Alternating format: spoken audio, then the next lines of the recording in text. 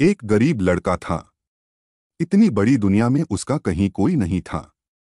न माता पिता न भाई बहन। पर वह लड़का बड़ा परिश्रमी था। एक बार उसकी मेहनत से प्रसन्न होकर एक किसान ने उसे एक बैल दे दिया। लड़के ने सोचा, बैल से किसी बंजर जमीन को जोतूंगा और उस पर कोई फसल उगाने की कोशिश करूंगा। वह बैल लेकर चल पड़ा। गर्मी के दिन थे। लड़के के बदन पर न कपड़े थे और न पैरों में जूते। फिर भी वह अपनी धुन में बैल हाँकता चला जा रहा था। अचानक उसे लगा जैसे कोई उसे पुकार रहा है। उसने मुड़कर देखा तो 3 व्यक्ति शरारत से मुस्कुराते खड़े थे। लड़के ने उनसे पूछा, आपने मुझे पुकारा था? क्या कोई काम है? उनमें से एक व्यक्ति ने कहा, तुम यह बकरा कहाँ लिए जा रहे हो? लड़का चौंक उठा, बकरा? यह बकरा नहीं, बैल है। वह व्यक्ति ठठाकर हंस पड़ा और अपने साथियों से बोला, देखा इस पागल को? यह बकरे को बैल बता रहा है। जरूर इसने कोई नशा कर रखा है। उसकी बात सुनकर दूसरे व्यक्ति ने कहा, और बकरा भी कैसा, बिल्कुल मरियल। कोई कौड़ी को भी न पूछे। तीसरा व्यक्ति बोला, पर हमें इस बेचारे की सहायता करनी चाहिए। 4-5 रुपयों में यह बकरा खरीद लेना चाहिए। यह सुनते ही पहले व्यक्ति ने टेंट से 5 रुपए निकाले और लड़के के हाथ में थमाते हुए बैल की रस्सी छीन ली। वह लड़का बेचारा कुछ समझ भी नहीं पाया कि क्या करे क्या कहे। वह अकेला था और वे थे 3। वह यह भी समझ गया था कि वे तीनों मिलकर उसे बेवकूफ बना रहे हैं। वह यह भी जान गया था कि ज्यादा चूंचपड़ करने पर वे तीनों उसे पीटने लगेंगे और मुफ्त में ही बैल लेकर चल देंगे। सो उसने उस समय चुपचाप रहना ही उचित समझा। वे तीनों व्यक्ति बैल लेकर चल पड़े। वे अभी थोड़ी ही दूर पहुंचे होंगे कि वह लड़का भागता भागता उनके पास आया। उसने कहा, आप लोग बहुत दयालु हैं। मेरे मरियल बकरे को सचमुच कोई न पूछता, पर आपने उसके 5 रुपए दे दिए। आपसे बढ़कर सज्जन मुझे कहाँ मिलेंगे? मेरा दुनिया में कोई नहीं है। यदि आप लोग मुझे नौकर रख लें तो मेरे कुछ दिन सुख से कट जाएंगे। तीनों व्यक्तियों ने सोचा, यहां तो मुफ्त में ही नौकर मिल रहा है। उन्होंने उसे अपने साथ ले लिया। लड़का बड़ा मेहनती था। कुछ ही दिनों में उसने तीनों का विश्वास जीत लिया।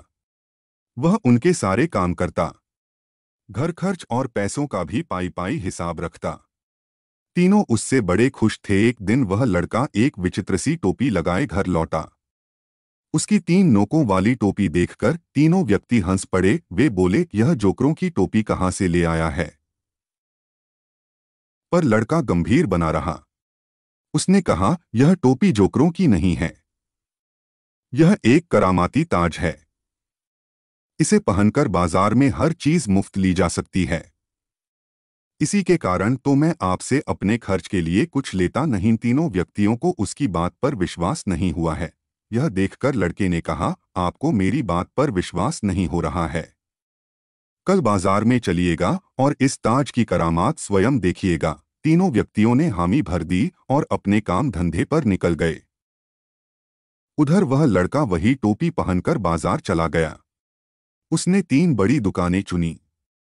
फिर उनके मालिकों को बड़ी बड़ी रकमें देकर बोला, कल मैं अपने 3 मेहमानों के साथ आऊंगा। पहचान के लिए यही टोपी पहने रहूंगा। वे जो खाएं पिएं, जो मांगे देना, पर 1 पैसा भी नहीं मांगना।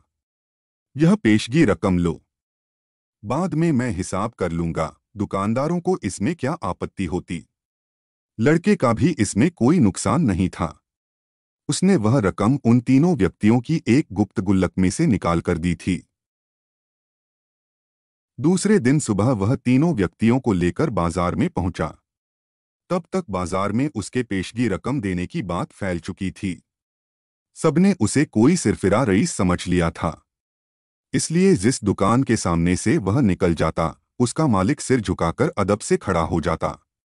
सारे बाजार का चक्कर लगाने के बाद वह लड़का उन्हें एक बड़ी दुकान में ले गया। यहाँ खाने पीने की बड़ी स्वादिष्ट चीजें रखी थीं। चारों ने छककर भोजन किया। भोजन करने के बाद लड़का उठा। उसके साथ तीनों व्यक्ति भी उठ खड़े हुए। जब वे बाहर जाने लगे तो दुकान का मालिक हाथ जोड़कर उठ खड़ा हुआ। वह बोला, फिर कभी जरूर पधारिएगा, दुकान आपकी ही है। लड़का मुस्कुराकर रह गया। दुकान के आईने में उसने अपनी विचित्र टोपी कुछ ठीक की और फिर दुकान के बाहर हो गया। तीनों व्यक्तियों की तो आंखें फटी रह गईं। उन्होंने सपने में भी टोपी के चमत्कारी होने की बात नहीं सोची थी। वे अभी सोच विचार में डूबे ही थे कि लड़के ने कहा, आइए अब और कहीं चलें। तीनों व्यक्ति चुपचाप उसके पीछे हो लिए। वह लड़का दिन भर उन्हें बाजार में घुमाता रहा। दोपहर में वह उन्हें एक और होटल में खाना खिलाने ले गया। शाम को भी उसने उनकी इसी तरह खातिरदारी की। तीनों व्यक्तियों को तो जैसे सब कुछ सपना सा लग रहा था। जहां भी वह लड़का टोपी पहने जाता, वहीं उसकी बड़ी आवभगत होती। रात को वे घर लौटने लगे। राह में उन तीनों व्यक्तियों ने वह चमत्कारी टोपी खरीदने का निश्चय किया और घर पहुंचते ही वह उस लड़के से टोपी खरीदने की बात चलाने लगे। लड़के ने टोपी बेचने से इनकार कर दिया। वह बोला, मेरे पास यही तो एक पैतृक संपत्ति है, मैं इसे किसी भी कीमत पर नहीं बेचूंगा। उधर तीनों व्यक्तियों ने किसी भी तरह वह टोपी हथियाने का निर्णय कर लिया था। उन्होंने हाथ जोड़कर उसकी चिरौरी की, अपना सब कुछ देकर भी टोपी खरीदने की उतावली दिखाई तो लड़के ने कहा,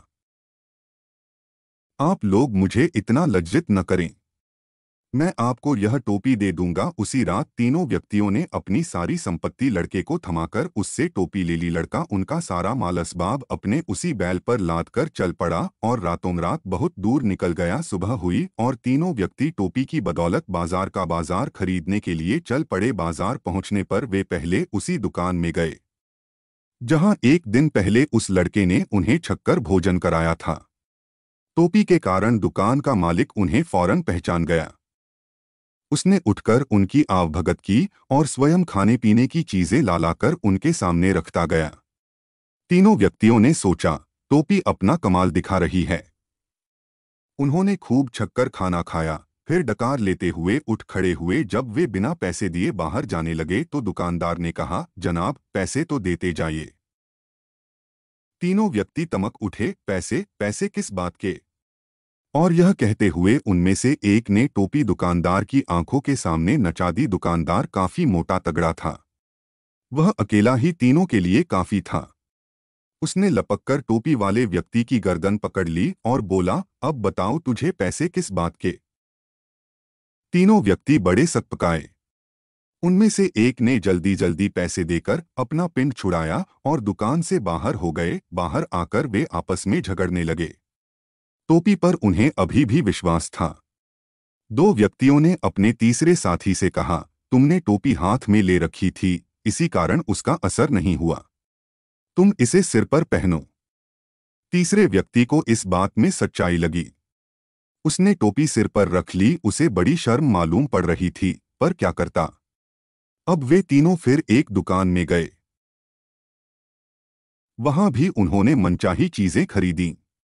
जब वे उनकी गठरी बांधकर चलने लगे तो दुकानदार ने उनसे चीजों के दाम मांगे। तीनों व्यक्तियों को कुछ सूझ न पड़ा। घबराहट में टोपी पहना व्यक्ति दुकानदार के सामने आकर अपना सिर हिलाने लगा ताकि दुकानदार टोपी से प्रभावित हो जाएं। पर इसका उल्टा असर हुआ। दुकानदार ने उसे जो थप्पड़ मारा तो टोपी उड़कर भट्ठी में जा गिरी और क्षण भर में जलकर राख हो गई। टोपी को इस तरह भस्म होते देखकर तीनों व्यक्ति चीख चीख कर विलाप करने लगे। अब तो उस दुकान के सामने भीड़ इकट्ठी हो गई। जब तीनों व्यक्तियों ने रोते रोते करामाती टोपी के गुण बतलाए तो लोगों का हंसते हंसते बुरा हाल हो गया। दुकानदारों ने उन्हें असली बात बतलाई। अब तो उन तीनों व्यक्तियों के होश फाख्ता हो गए। वे समझ गए कि उस लड़के ने उन्हें बेवकूफ बनाकर अपना बदला ले लिया है। उस दिन से उन्होंने किसी को धोखा न देने की कसम खा ली।